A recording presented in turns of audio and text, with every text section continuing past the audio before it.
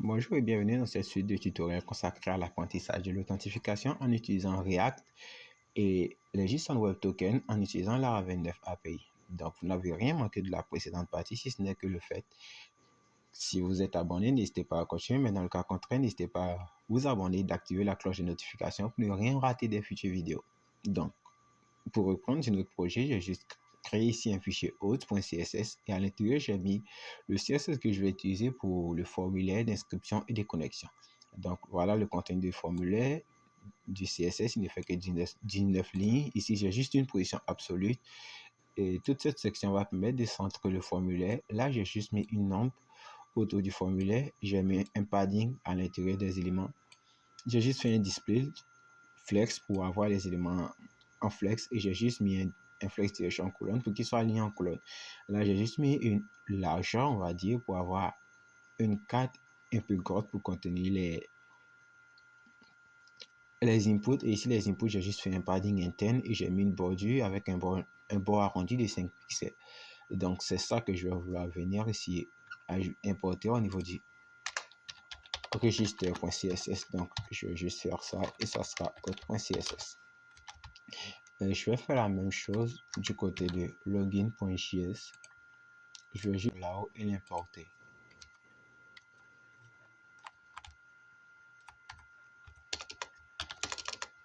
Donc, si je reformate mon code, que je quitte la mémoire de l'ordinateur, si je clique sur me connecter, maintenant je clique si je n'ai pas de compte, je retombe sur ce formulaire d'inscription. Donc, voilà à quoi ressemble mon formulaire lorsque j'applique le CSS. Donc, c'est cet écran qu'on va vouloir réaliser du côté de l'écran de connexion pour permettre à l'utilisateur de se connecter. Donc, puisque nous sommes des paresseux, qu'on a déjà fait la plupart du travail dans l'écran register.js, on va juste venir ici et copier tout le contenu du return. Là, on va juste copier tout. On va aller au niveau de login.js. Et juste pour qu'on ne va pas des problèmes, j'en suis sûr, je vais juste mettre là parce qu'on aura 2 divs par an. Ensuite, cette seconde div, je vais la prendre. On va fermer ça parce que pour qu'on ait une seule div par an. Et là, il est content. Et on va mettre ce bouton « Je n'ai pas de compte » en dessous. Là, on n'aura pas besoin du name, on aura juste besoin de fournir l'email et le mot de passe pour se connecter. Donc ici, ça ne sera pas inscrivez-vous, ça sera connectez-vous. Et là, la méthode, ça ne sera pas under registration, ça sera under login. Donc, toujours au niveau du register, on peut prendre la même méthode parce que ce sont les mêmes choses que nous allons envoyer. On copie le contenu de la fonction under registration. On la met du côté de login. On change, on passe de under registration à under login. Et là, on va retirer ici le name. Et ce est commercial qui permet de faire. On va juste supprimer le name ici. Ensuite, ce qu'on veut faire au niveau du registre, on doit juste venir prendre ici nos états. Donc, on aura juste à prendre l'email et le mot de passe. Oui, on va juste prendre nos états ici. Et tout en haut là, on va juste venir importer la bibliothèque useState qui permet de gérer les états. Et là, je pense qu'il manque une dernière chose, c'est d'importer Axios. Et là, on a importé Axios directement. Et si je retourne là, et que je rafraîchis mon application sur mon écran de login, j'ai connectez-vous. Et pourquoi est-ce que je n'ai pas de compte là-haut? Je vais voir ce qu'il fout là-haut. Je vais juste le prendre et le mettre là. Et voilà, j'ai mon écran, j'ai mon bouton, je n'ai pas de compte qui est juste en bas. OK. Et donc, la prochaine étape, c'est comme on a fait pour le login, il va falloir envoyer ces données directement à la base de données. Et là, pour gérer le login, je vais juste créer ici une nouvelle variable que je vais appeler le error. Donc, ça sera une variable qui va permettre de contenir l'erreur. Donc, ici, ça sera error. Et ici, on aura un set error. Et ici, par défaut, ça sera true. ou alors false, on ne dira pas de fois, on n'a pas d'erreur. Et ici, au niveau de mon formulaire, je vais lui dire que je vais juste venir ici définir. Je vais dire qu'au cas où on a une erreur, on peut lui dire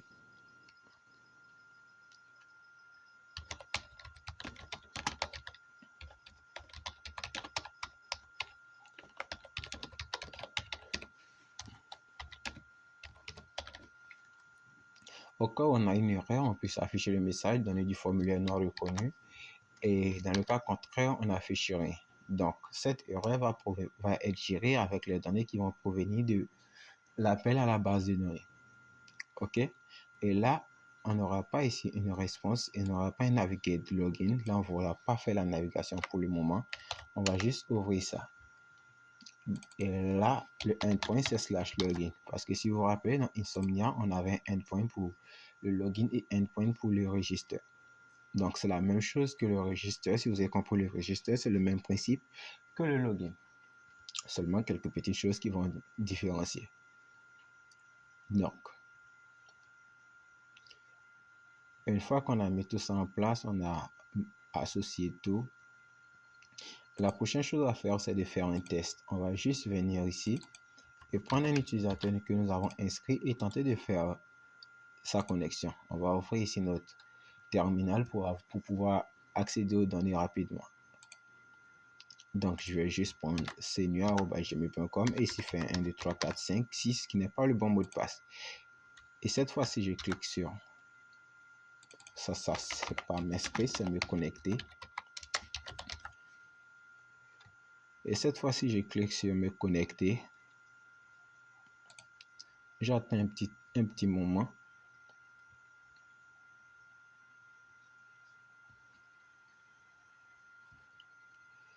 Et là, pourquoi est-ce que je n'ai aucun appel? J'ai ici le login qui est appelé et j'ai un message information de connexion non reconnue. OK.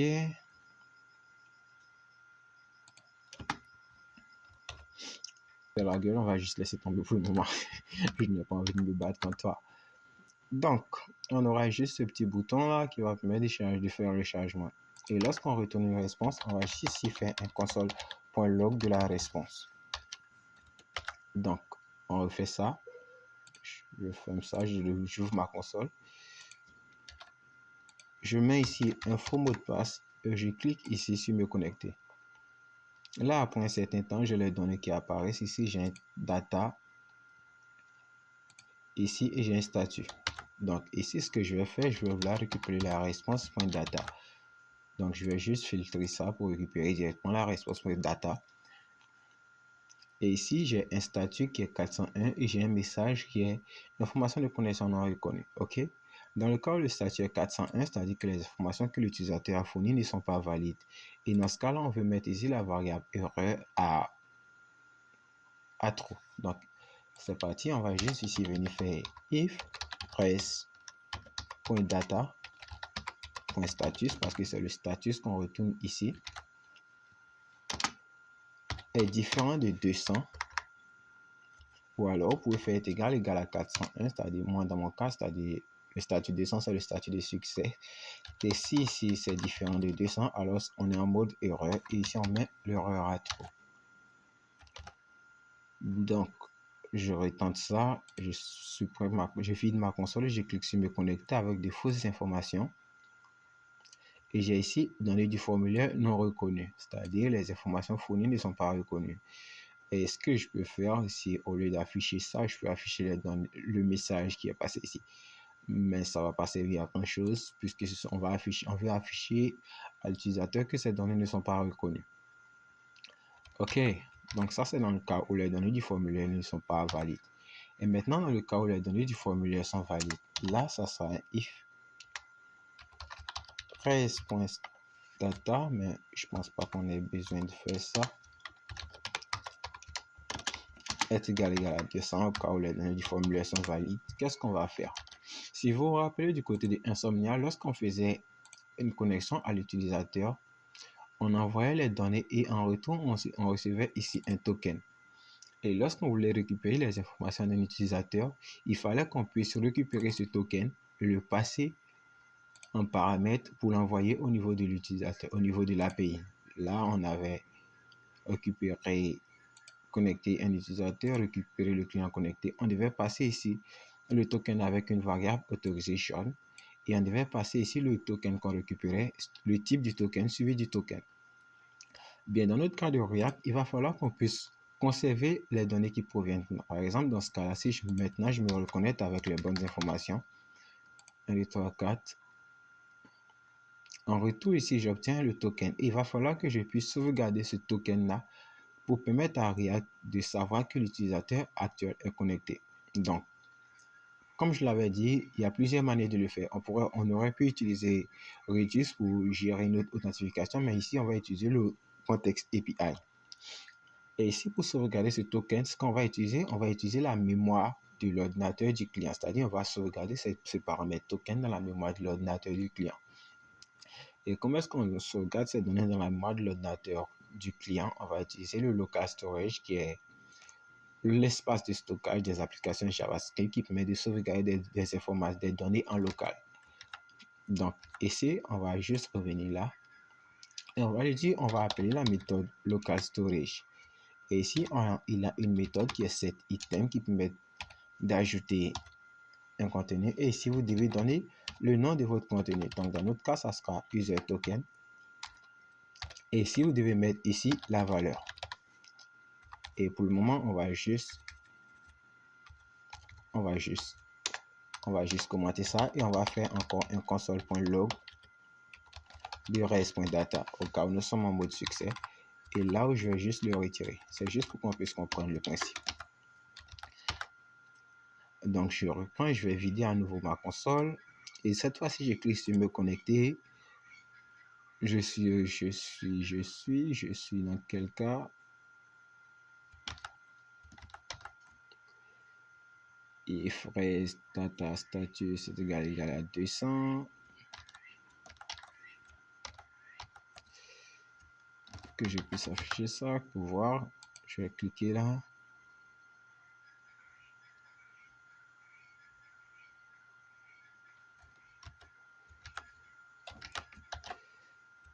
Donc, je vais juste faire ça. Là, 1, 2, 3, 4. Là, on clique sur me connecter. Là, on retourne directement le token. Ce n'est pas bien du côté de l'API de Laravel. C'est pas une bonne manière de faire. On ne devait pas retourner directement le token. On devait retenir le token, le type et le message.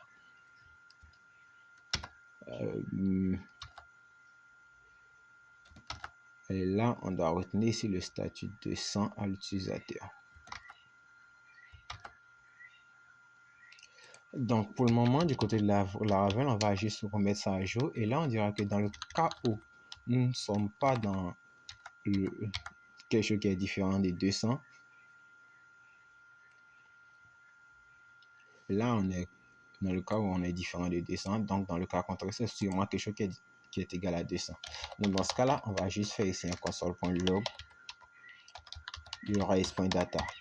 Il y a juste eu une mauvaise manière de gérer le back-end qu'on va revoir ça. Donc, on va juste supprimer ça. Et si on clique sur me connecter, on ne retourne pas le statut, c'est aussi un problème. Il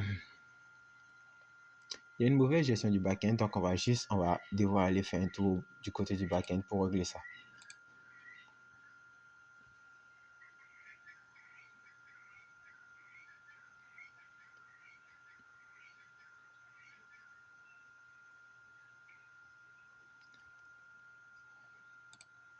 Donc, je vais ouvrir le fichier. Where are you folder? Donc, il est dans le document. GitHub. Tutoriel là, 29. Et puis, back-end. OK. Donc, je l'ai trouvé. On va juste rapidement mettre en place le retour du statut du côté de Laravel pour pouvoir continuer.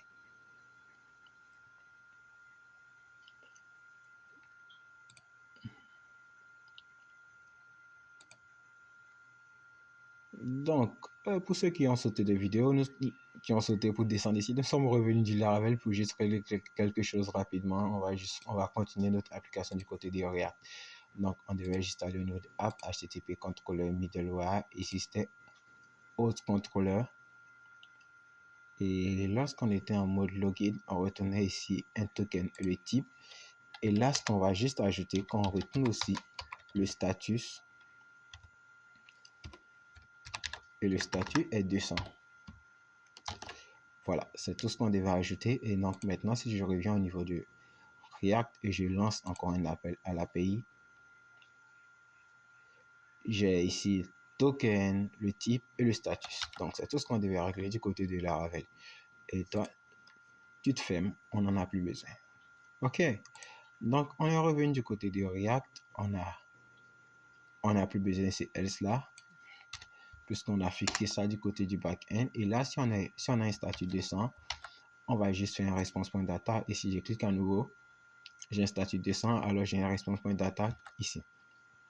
Donc, ce que je disais, c'est qu'il va falloir qu'on sauvegarde ce token-là, ce token qui provient de la base de données, dans la mémoire vive de l'ordinateur pour qu'on puisse l'utiliser.